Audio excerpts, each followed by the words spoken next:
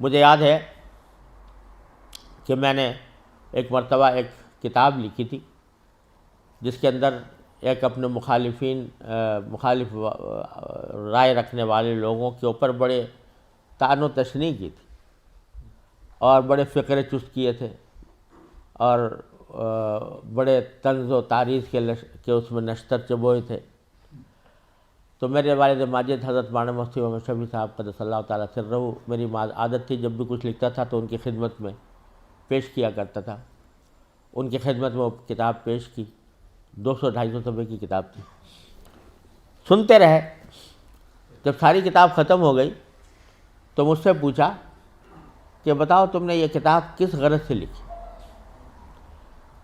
اس غرض سے لکھی تاکہ جو لوگ تمہارے پہلے سے حامی ہیں اور پہلے سے تمہارے خیال کے لوگ ہم خیال ہیں، وہ تمہاری اس کتاب کی تعریف کریں کہ واہ واہ کیا شاندار دندہ شکن جواب دیا ہے، منہ توڑ جواب دیا ہے. اس تعریف کو حاصل کرنے کے لیے لکھی ہے کتاب، یا اس لیے لکھی ہے کہ جو لوگ غلط فہمی میں مبتلا ہیں وہ اس کو پڑھ کر صحیح حقیقت پہچان سکیں؟ جو بتاؤ کس کام کے لیے لکھی؟ اگر تم نے اس لیے لکھی ہے کہ غلط فہمی لوگوں کی دور ہو تو خوب سمجھ لو کہ تمہارے اس طنز و تعریض کے اور طنز و تشنیع کے انداز سے کبھی بھی کسی کی غلط فہمی دور نہیں ہوگی. جو طنز و تعریض کے ساتھ والی اس کتاب کو پڑھے گا تو وہ کہے گا یہ تو پہلے ہی طعن و تشنیع والی کتاب ہے، لہذا اس کی طرف توجہ بھی دینے کی ضرورت نہیں، اس کے دل میں ایک دفاع کا جذبہ پیدا ہو جائے گا. ہاں اگر تم نے اسے لکھی ہے کہ اپنے ہم خیال لوگوں کی تعریف حاصل کرو تو بے شک اس میں بڑے کامیاب ہو. تم نے بڑے شاندار فقرے چست کیے اور بڑے شاندار طنزیہ جو فقرے کہے ہیں تو اس میں تم بے شک کامیاب ہو. تو بتاؤ کس لیے؟ اب جو بات ایسی فرما دی کہ کوئی جواب تھا نہیں. میں نے کہا حضرت واقعی بات تو آپ نے صحیح فرمائی. تو کہا کہ خوب سمجھو کہ تن سے اور لوگوں کے اوپر تانے دینے سے کبھی اصلاح نہیں ہوتی. پیغمبرانہ اسلوب یہ ہے کہ اگر پیغمبروں کو گالی بھی دی جاتی ہے تو وہ گالی کا جواب گالی سے نہیں دیتے. پیغمبر حضرت ہود علیہ السلام کو کہا جا رہا ہے کہ انا لنراک فی صفاحۃ و انا لنظنک من الکاذبین، ہم آپ کو دیکھ رہے ہیں بیوقوف آدمی ہیں. پیغمبر کو کہا جا رہا ہے اور ہم جانتے ہیں اب جھوٹے آدمی ہو. اگر حضرت والد صاحب فرماتے تھے کہ آج اگر کسی مقتدی کو، کسی عالم کو، کسی واعظ کو بھرے مجمع میں یہ کہا جائے کہ تم بیوقوف ہو، تم جھوٹے ہو، تو جواب میں وہ کہے گا تو جھوٹا، تیرا باپ جھوٹا، تیرا دادا جھوٹا. لیکن پیغمبر کیا جواب دیتا ہے کہ یا قوم لیس بی صفاحۃ ولکنی رسول من رب العالمین. میری قوم، میں بیوقوف نہیں ہوں، مجھے پر رب العالمین نے تمہارے پاس بھیجا ہے، تمہاری پیغام دے کر بھیجا ہے، میں تمہارا پاس پیغام لے کر آیا ہوں.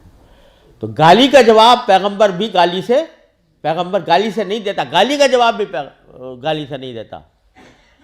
موسیٰ علیہ السلام کے پاس کو بھیج جا رہا ہے فرعون کے پاس، موسیٰ اور ہارون علیہ السلام کو، اور اللہ تعالیٰ کو معلوم ہے کہ فرعون جیسا سرکش آدمی، لیکن ان کو جو تعلیم دی گئی موسیٰ اور ہارون علیہ السلام کو، یہ دی گئی کہ قولا لہ قولا لینا، ان کے سامنے، فرعون کے سامنے نرم بات کرنا، لعلہ یتذکر او یخشی، اور شاید نصیحت قبول کر لے، شاید خدا کا خوف دل میں پیدا ہو جائے. حالانکہ اللہ تعالیٰ جانتے تھے علم ازلی میں کہ یہ نصیحت قبول کرنے والا نہیں ہے اور ایمان لانے والا نہیں ہے، لیکن پیغمبر سے کہا جا رہا ہے کہ تمہارے دل میں یہ امید ہونی چاہیے کہ شاید نصیحت قبول کر لے، شاید اس کے دل میں خدا کا خوف آ جائے، لہذا نرم بات کرنا. تو یہ کہاں سے تم نے سیکھ لیا کہ مخالفین کے اوپر طعن و تشنیع اور الزام تراشی اور فقرے کسنا، یہ کہاں سے سیکھ لیا؟ پیغمبروں کا طریقہ یہ نہیں تھا. لہذا حضرت والد ماجد قدس اللہ تعالیٰ سرہ نے فرمایا کہ ادھیڑو اس کتاب کو. الحمدللہ میں نے بات دل میں اتر گئی اور الحمدللہ میں نے پھر پوری کتاب کو از سر نو لکھا اور وہ سارے فقرے اس میں حذف کیے اس موقع پر جو جملہ سنانا چاہ رہا تھا حضرت والد ماجد رحمۃ اللہ علیہ کو، وہ یہ، اس موقع پر حضرت والد ماجد رحمۃ اللہ علیہ نے فرمایا کہ جب بھی کوئی بات اپنی زبان سے یا اپنے قلم سے نکالو تو پہلے یہ سوچ لو کہ اس بات کو مجھے کسی عدالت میں ثابت کرنا ہے۔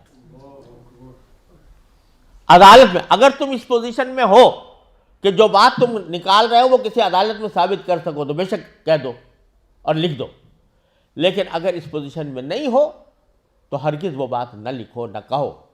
کیوں؟ اس لیے کہ ہو سکتا ہے اسی دنیا میں کسی وقت تم سے مطالبہ ہو جائے عدالت، کسی دنیا کی عدالت میں کہ ثابت کرو اپنی اس بات کو، اور اگر اس دنیا میں نہ ہوا تو آخرت میں تو ہوگا ہی ہوگا۔